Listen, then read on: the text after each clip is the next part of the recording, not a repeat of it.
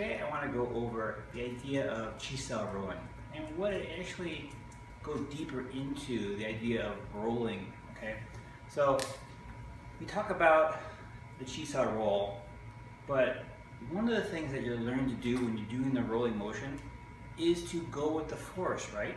So every blocking motion you do, there's going to be some aspect of a rolling motion in there to deal with that force, okay? Because in Wing Chun, in Wing Chun, I never want to come in and use some technique against a blunt object. Meaning that, you know, if we're here and he comes in and does palm strike, for example, I don't want to come in and just stop his motion here. I always have to roll one way. He does the palm strike, I can roll with it and go into the lap motion with that, okay? And remember, I don't want to just use one arm, but ultimately, like I did there, I'm using the two arms and then lapped off that.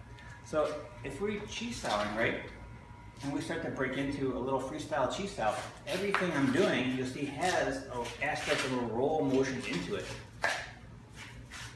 See, even here, that's a good example, right? When he does bong sao, I don't just sit here and push back with my fuk sao here. When he does bong sao, as he came forward, my forearm, if you can see, is rolling with it.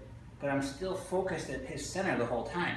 So I don't just come in and bluntly push against his technique at that moment, but I'm going with that. My forearm is rolling with that. He comes in the lap sao with that, I'm rolling there. I roll with the bong sao. Now I'm rolling with the lap sao there. Here, I'm rolling with it this way. I roll with that force to go with it here. Now he comes in and punches with that. Yeah, see? I roll with the bong sao to go with that. And I did a palm strike and lap. So, yes, you are learning to move your arms in certain ways. But what you're really learning to do is go with that force.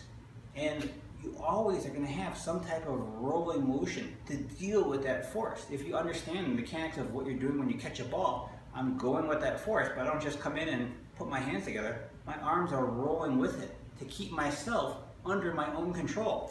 If we're chi saoing here, and let's say he comes in the punch, right? I roll with that here to deal with that force. If I feel him still pushing on it, yeah, I'm still rolling with it to deal with it. I never come in and just stop his motion with that and come in and stop his motion here.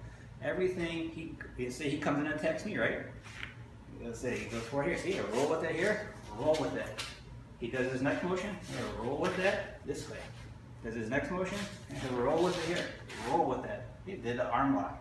Now I can come in here, I can elbow with that. If he comes in the blocks, roll with that here. Yeah. Everything rolls. Everything rolls with that. Roll motion here, good.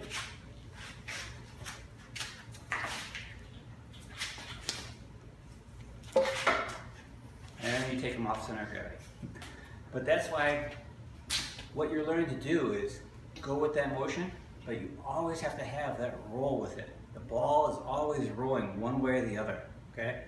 But you've got to learn to back that up with the body behind that as well. All right, a little tip for you, figure it out. Good luck.